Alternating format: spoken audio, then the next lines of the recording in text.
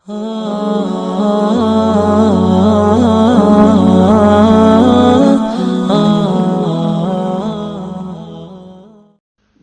الله الرحمن الرحيم. وإن كادوا ليفتنونك اور بے شک قریب تھا کہ وہ آپ کو فتنے میں مبتلا کرے عن الذی اس چیز سے اوحینا الیک جس کو ہم نے آپ کی طرف وحی کیا لتفتری علینا غیرہ تاکہ تو افتراء کرے ہم پر اس کے علاوہ دوسری بات وَإِذًا لَاتَّخَذُوكَ خَلِيلًا اور اس وقت البتہ وہ آپ کو بنا لیں گے دوست وَلَوْلَا أَن ثَبَّتْنَاكَ اور اگر ہم آپ کو ثابت قدم نہ کرتے لَقَدْ كِدتَّ تَرْكَنُ إِلَيْهِمْ شَيْئًا قَلِيلًا تو قریب تھا کہ آپ ان کی طرف مائل ہو جاتے تھوڑا سا میلان اِذًا لَأَذَقْنَاكَ اس وقت البتہ ہم آپ کو چکھاتے ضعف الحیات دگنی سزا دنیا کی زندگی میں وضعف الممات اور دگنی سزا دوسری زندگی میں ثم لا تجد لك علينا نصيرا پھر آپ نہ پاتے اپنے لیے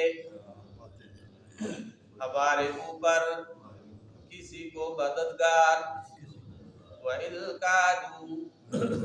اور بے شک قریب تھا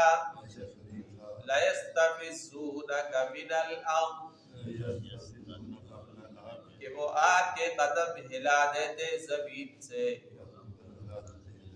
لِيُخْرِجُوكَ مِنْهَا تاکہ آپ کو نکالے اس سے وَإِذًا لَا يَلْبَسُونَ اور وہ اس وقت نہیں ٹھہر سکیں گے خلافک آپ کے پیچھے الا قلیلا مگر تھوڑا عرصہ سنت من قد ارسلنا یہ دستور ہے ان کا جن کو ہم نے بھیجا قبلک آپ سے پہلے من رسولنا اپنے رسولوں سے ولا تجد لسنتنا تحویلا اور آپ نہ پائیں گے ہمارے دستور میں کوئی تفاوت یوم ندعو كل اناس بامامهم پچھلی آیات میں اس بات کا تذکرہ تھا کہ قیامت والے دن ہم ہر ایک کو ان کے پیشوا مقتدا امام کے ساتھ قائد اور لیڈر کے ساتھ بلائیں گے پھر جس کو دائیں ہاتھ کے اندر اعمال نامہ ملا تو وہ خوشی خوشی دکھاتا پھرے گا کہ یہ دیکھو یہ میرا اعمال نامہ پڑھو کتنا اچھا ہے اور جس کو بائیں ہاتھ کے اندر ملا تو وہ بڑا پریشان ہوگا وَلَا يُظْلَمُونَ فَتِيلًا فرمایا کہ دھاگے کے برابر بھی کسی پر کوئی ظلم نہیں کیا جائے گا اس طرح نہیں ہوگا کہ ایک بندے نے عمل زیادہ کیا اور اس کا اجر کم ملے ایسا نہیں ہوگا بلکہ پورا کا پورا بدلہ ہر ایک کو دیا جائے گا اور فرمایا وَمَنْ كَانَ فِي هَٰذِهِ أَعْمَىٰ فَهُوَ فِي الْآخِرَةِ أَعْمَىٰ وَأَضَلُّ سَبِيلًا جو شخص اس دنیا میں ہدایت سے اندھا بنا رہا تو آخرت کے اندر بھی وہ جنت کے راستے سے اندھا ہی رہے گا یعنی جنت کا راستہ اس کو نہیں ملے گا آج کی آیات میں اللہ تعالیٰ نے مشرکین کی آپ علیہ السلام کے ساتھ جو عداوت تھی اس کا تذکرہ فرمایا ہے اور فرمایا کہ یہ لوگ آپ کے خلاف سازشیں کرتے رہے لیکن یہ اپنی سازشوں کے اندر کبھی بھی کامیاب نہ ہو سکے اور نہ ہو سکے. مفسرین کرام فرماتے ہیں کہ طائف کے مشرکین کا ایک وفد وہ آپ علیہ الصلوۃ والسلام کے پاس آیا اور آگے انہوں نے کہا کہ ہم اسلام کو قبول کرنا چاہتے ہیں لیکن اس سے پہلے ہماری کچھ شرائط ہیں. ان میں سے پہلی شرط ہماری یہ ہے کہ جس طرح عرب کو امتیازی حیثیت حاصل ہے اسی طرح ہمیں بھی آپ عربوں پر امتیازی حیثیت دلائیں. جس طرح ان کو امتیازی حیثیت حاصل ہے اسی طرح ہمیں بھی امتیازی حیثیت مل جائے. اور دوسری بات یہ ہے کہ طائف اور مکہ کے درمیان یہ جو ہماری وادی ہے اس وادی کو وہی حرمت دلائیں جو حرم مکہ کو ہے. جو حرمت مکہ کو حاصل ہے وہی حرمت اس کو بھی دلائیں تاکہ لوگ یہاں آ کے عبادت کریں اور ان کا اجر و ثواب اس سے بڑھ جائے. اور تیسری بات یہ ہے کہ زکوٰۃ کی ادائیگی سے ہمیں آپ استثناء دیں، ہم زکوٰۃ ادا نہیں کریں. اور چوتھی بات یہ ہے کہ ہم جنگ کے اندر شریک نہیں ہوں گے، جنگ جانے اور آپ جانے ہم جنگ کا حصہ نہیں بنیں گے. اور پانچویں بات یہ ہے کہ ہم اپنے معبودوں کو اپنے ہاتھوں سے نہیں توڑیں گے اور معبودوں کی عبادت چھوڑنے کے لیے ہمیں 1 سال کی مہلت دی جائے. اس 1 سال کے اندر ہم ان کی عبادت تو نہیں کریں گے، البتہ جو نظر و نیاز آئے گی، جو چڑھاوے چڑھیں گے وہ وصول کرنے کے ہم حقدار ہیں. اور چھٹی شرط یہ ہے کہ نماز کے اندر چونکہ رکوع اور سجدہ ہے لہذا یہ کام مشکل ہے، یہ کام ہم سے نہیں ہوتا، آپ ہمیں نماز سے بھی استثناء دیں. آپ علیہ الصلوۃ والسلام نے ان کی ساری باتیں سنی تو آپ علیہ الصلوۃ والسلام نے فرمایا کہ جہاں تک نماز کا تعلق ہے تو نماز تو ایسی چیز ہے لا خیر فی دین لا رکوع ولا سجود فی، کہ اس دین کے اندر کوئی بھلائی نہیں ہے، کوئی خیر ہی نہیں ہے جس کے دین کے اندر نماز نہیں ہے. یعنی نماز بڑی عام چیز ہے، نماز سے آپ کو استثناء نہیں دیا جا سکتا. اور دوسری بات جو آپ نے کی ہے کہ بتوں کو ہم اپنے ہاتھوں سے نہیں توڑیں گے، تم نہ توڑو. بتوں کو توڑنے کے لیے اور بندے بہت سارے، حالانکہ پہلے زمانے میں یہ ہوتا تھا کہ جو مشرک بھی ایمان لے کے آتا تو وہ اپنے بتوں کو خود اپنے ہاتھوں سے توڑا کرتا تھا، اور اگر انہوں نے کوئی عبادت خانہ بنایا ہوتا تو اس کو بھی اپنے ہاتھوں سے توڑ کر وہاں پہ مسجد تعمیر کیا کرتے. لیکن آپ علیہ الصلوۃ والسلام نے فرمایا کہ ٹھیک ہے تم اپنے بتوں کو نہ توڑو، بتوں کو توڑنے کے لیے اور بندے کافی ہیں، یہ بات ہم آپ کی تسلیم کر لیتے. اور پھر باقی جو باتیں کہ زکوٰۃ تم نہیں دو گے، جنگ کے اندر شریک نہیں ہوگے، نماز سے تمہیں استثناء حاصل ہو جائے اور تمہاری وادی کو حرم والی اور مکے والی حرمت دلا دی جائے اور تمہیں امتیازی حیثیت دلا دی جائے، یہ باتیں ہم آپ کی تسلیم نہیں کریں. تو وہ مشرکین جو چاہتے تھے نا وہ چاہتے تھے کہ ہم کچھ لو اور کچھ دو کے اصول کے تحت آپ سے سمجھوتا کر. وہ اصل میں آپ علیہ الصلوۃ والسلام کو اصول دین سے ہٹانا چاہتے تھے. اور اس کا تذکرہ سورہ قلم کے اندر بھی اللہ نے فرمایا وَدُّوا لَوْ تُدْهِنُ فَيُدْهِنُونَ. یہ چاہتے کہ آپ علیہ الصلوۃ والسلام تھوڑے سے ڈگری پڑ جائے، تھوڑی سی وہ نرمی اختیار کریں. وہ آپ کو کہتے بھی تھے کہ آپ ہمارے معبودوں کو برا بھلا مت کہیں، نہ کہیں ہمارے معبودوں کو برا بھلا. اور آپ علیہ الصلوۃ والسلام کی سرداری کو تسلیم کرنے کے لیے تیار ہیں، اور وہ کہتے تھے کہ ہم آپ کو اچھے سے اچھا رشتہ دینے کے لیے تیار ہیں، ہم مال و دولت کا ڈھیر آپ کے سامنے کر دیتے، آپ کو کیا چاہیے، ہم یہ سب کچھ آپ کو دینے کے لیے تیار ہیں لیکن آپ ہمارے معبودوں کو کچھ نہ کریں. تو آپ علیہ الصلوۃ والسلام نے اس موقع پہ فرمایا تھا کہ اگر تم میرے ایک ہاتھ میں سورج اور دوسرے ہاتھ میں چاند رکھ دو تب بھی میں آپ کی بات کو تسلیم کرنے کے لیے تیار نہیں. تو ان حالات کے پس منظر میں اللہ تعالیٰ نے ارشاد فرمایا وَإِن كَادُوا لَيَفْتِنُونَكَ عَنِ الَّذِي أَوْحَيْنَا إِلَيْكَ، قریب تھا کہ وہ آپ کو فتنے میں مبتلا کر دے اس چیز سے جو ہم نے آپ کی طرف وحی کی لِتَفْتَرِيَ عَلَيْنَا غَيْرَهُ، تاکہ آپ ہم پر اس کے علاوہ کوئی دوسری بات وہ اختراع کر لیں. یہ نہیں آپ ان کی کوئی بات مان لیں، ان کی چرب زبانی ہے، ان کے اندر ہوشیاری ہے تو وہ ہوشیاری کے اندر آ کر آپ کو آپ سے کوئی بات بنوا لے، یعنی آپ سے نماز روزے کی استثناء وہ حاصل کر لے، یا اپنی وادی کے لیے حرم والا استثناء، حرم آپ ان کے وادی کو وہی حرمت دلا دے جو مکہ کو حاصل ہے، تو یہ بات یہ مناسب نہیں ہے۔ یہ سازشیں کرتے رہے، آپ ان کی سازشوں کے اندر نہ آئے، بلکہ آپ اللہ کے حکم کے مطابق فریضہ تبلیغ وہ ادا کرتے رہے۔ تو فرمایا وَإِذًا لَاتَّخَذُوكَ خَلِيلًا، اگر آپ ان کی بات مان لیں تو یہ آپ کو اپنا دوست بنا لیں گے، آپ کے ساتھ یہ مراسم قائم کر لیں گے اور آپ کو اپنا سمجھ لیں گے۔ وَلَوْلَا أَن ثَبَّتْنَاكَ، اور اگر ہم آپ کو ثابت قدم نہ کرتے، لَقَدْ كِدتَّ تَرْكَنُ إِلَيْهِمْ، تو قریب تھا کہ آپ اس کی طرف مائل ہو ہی جاتے۔ رکوع کا معنی ہوتا ہے جھک جانا، مائل ہو جانا، جس طرح دوسری جگہ پہ اللہ نے فرمایا لا ترکنوا الی الذین ظلموا فتمسکم النار، کہ تم ان لوگوں کی طرح مائل نہ ہو جاؤ جو ظالم ہیں، ورنہ تمہیں بھی جہنم کی آگ چھو لے۔ تو اس کے اندر آپ علیہ الصلوۃ والسلام کی عصمت کا ایک پہلو بھی نکلتا ہے کہ اللہ تعالیٰ نے آپ کو عصمت کی اجازت دی ہے کہ اگر آپ ان کی طرف جھکتے تب بھی کتنا جھکتے، شیئا قلیلا، تھوڑا سا جھک جاتے، زیادہ نہ جھکتے۔ تو فرمایا کہ اگر آپ کا میلان اور آپ کا جھکاؤ ان کی طرف ہو جاتا، اذا لازقناک ضعف الحیات وضعف الممات، تو پھر ہم آپ کو دنیا کی زندگی میں بھی دگنی سزا دیتے اور آخرت میں بھی دگنی سزا دیتے۔ دگنی سزا کیوں؟ اس لیے کہ جو بندہ جتنا قریب ہو تو اس کا جرم اتنا ہی بڑا تصور کیا جاتا ہے۔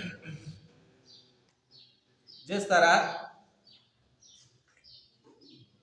ازواج مطہرات وہ خواص ہیں، ان کے بارے میں اللہ نے فرمایا یا نساء النبی لستن کاحد من النساء،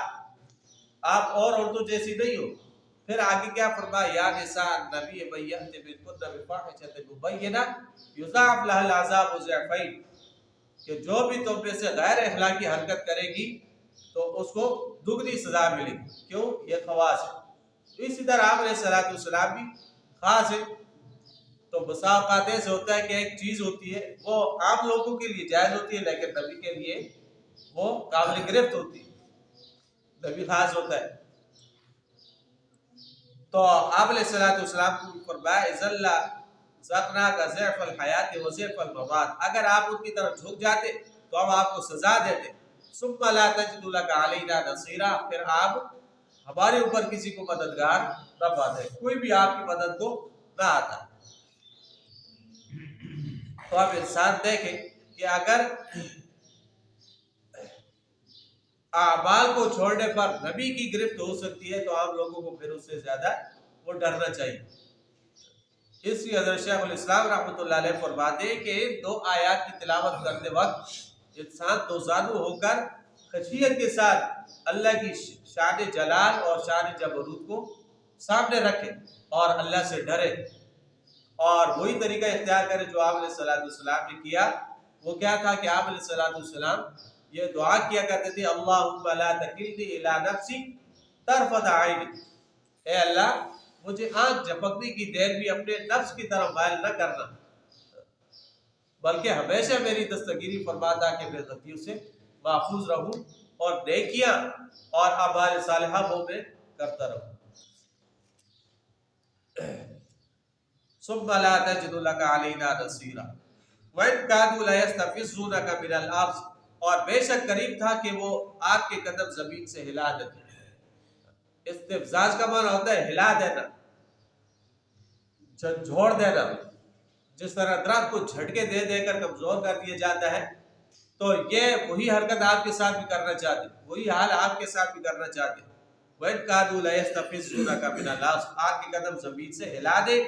اور ان کا مقصد کیا ہے لِيُخْرِجُوكَ مِنْهَا، تاکہ وہ آپ کو یہاں سے مکہ سے نکال دے۔ لیکن آپ بھی یہ بات یاد رکھیں کہ اگر انہوں نے آپ کو نکال دیا اور ہجرت میں مجبور کیا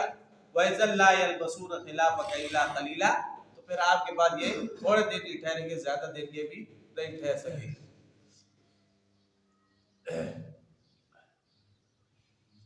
وَإِذًا لَا يَلْبَسُونَ خِلَافَكَ إِلَّا قَلِيلًا، تھوڑے ہی دن ٹھہریں گے، زیادہ دن پھر یہ بھی نہیں ٹھہریں گے۔ پہلے لوگوں کا بھی یہی طریقہ رہا ہے کہ جب انہوں نے اپنے انبیاء کو ہجرت پہ مجبور کیا، نبی ہجرت کر کے چلے گئے، تو پیچھے سے پھر وہ بھی وہاں پہ نہ ٹھہر سکے، اللہ کا عذاب آ گیا۔ جس طرح سورہ انفال کے اندر ہے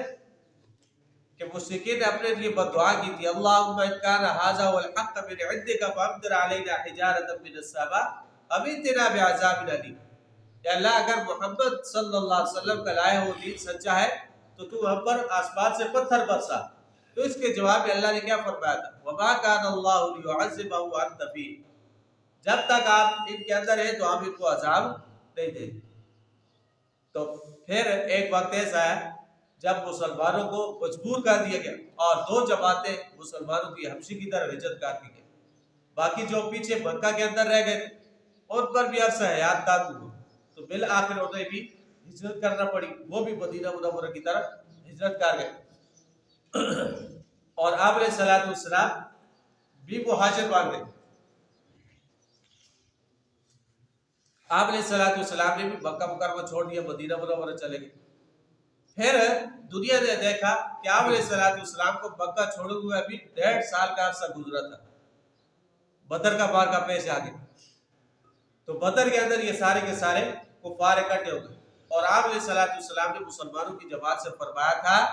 کہ مسلمانوں کی جماعت آج مکہ کے سارے جگر گوشے ایک جگہ اکٹھے ہو گئے، اور آپ علیہ الصلوۃ والسلام نے ائمۃ الکفر جو کفار کے سردار تھے ان کی نشاندہی فرمائی تھی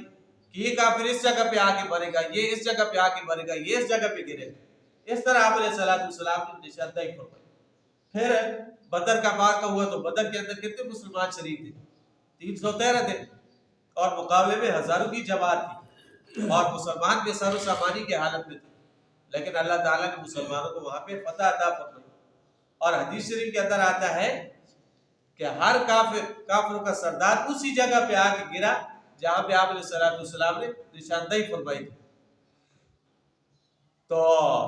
پھر وَإِذًا لَا يَلْبَسُونَ خِلَافَكَ إِلَّا قَلِيلًا، جب آپ علیہ الصلوۃ والسلام نے مکہ کو چھوڑ دیا تو پھر یہ بھی مکہ کے اندر زیادہ عرصہ نہیں ٹھہر سکے،